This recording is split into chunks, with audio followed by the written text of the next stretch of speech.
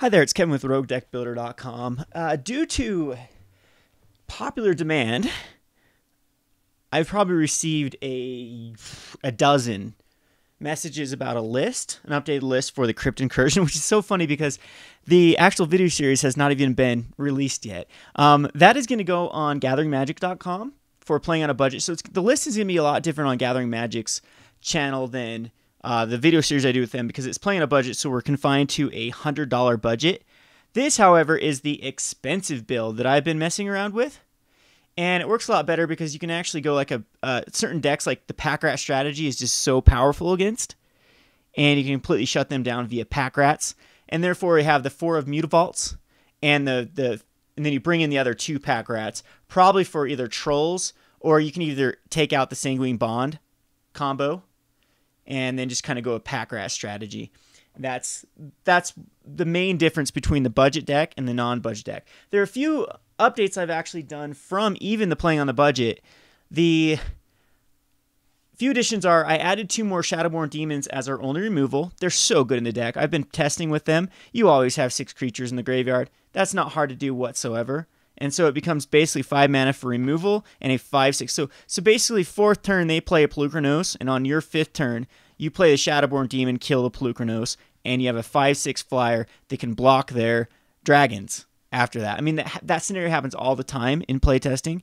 So again, because like turn 2, a lot of times you have Community of the Gods, Seder Wayfinder that actually finds creatures in the graveyard. And I'm actually going to mess around probably with just a dredge list. I'll have to look at Conley Woods. I don't know exactly what Conley Woods' dredge list looks like, but I'm sure you can actually cut the Crypt Incursions and Sanguine Bonds for more actual creatures. And I probably suggest early creatures like the Wasteland Vipers, as you get so much value out of Wasteland Viper. There's some cool combos with Wasteland Viper to give your Lot of the Troll Death Touch since it already has Trample. And a lot of times you have like a Night Howler on a Lot of the Troll, and it's like a 12/12. So it's like a 14/3 Lot of the Troll. You discard a Wasteland Viper, it actually gets it +2 because you have a Night Howler on it. And then the Death Touch means the blockers you only have to do 1 damage to each blocker because of the Death Touch Trample interaction. Death Touch Trample means 1 damage is enough to kill it because that's all that Trample requires is you kill the creature, and then the rest of the damage goes through the player. So it gives you like kind of this win condition against clunky boards like Mono Blue has a ton of crap out, and then you just have to do 1 damage to all the like Frostburn weirds and whatnot. So anyway, really cool interaction. A 2 of Jared, still liking Jared a lot in this deck. It's a way to get rid of excess lands. But by far, probably the MVP out of the deck, which I'm happy to say because this guy needs a spot in the sun.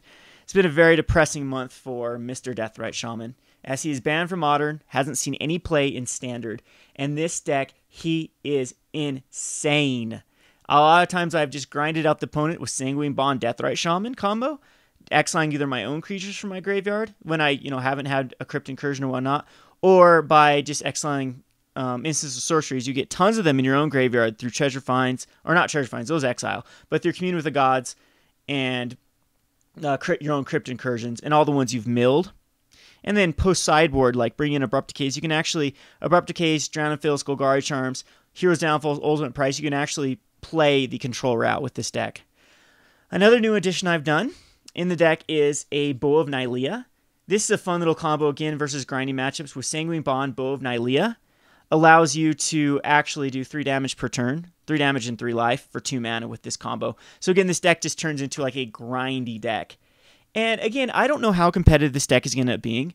I was able to, well, just watch the Playing on the Budget series. I'm not going to give any spoilers there, but it was very successful, we'll put it that way. And this is a non-budget version that I have been testing, and it has been playing a lot better than that. So anyway, I hope you enjoy this. I'm going to put up a deck list on RogueDeckBuilder.com. Thanks for watching.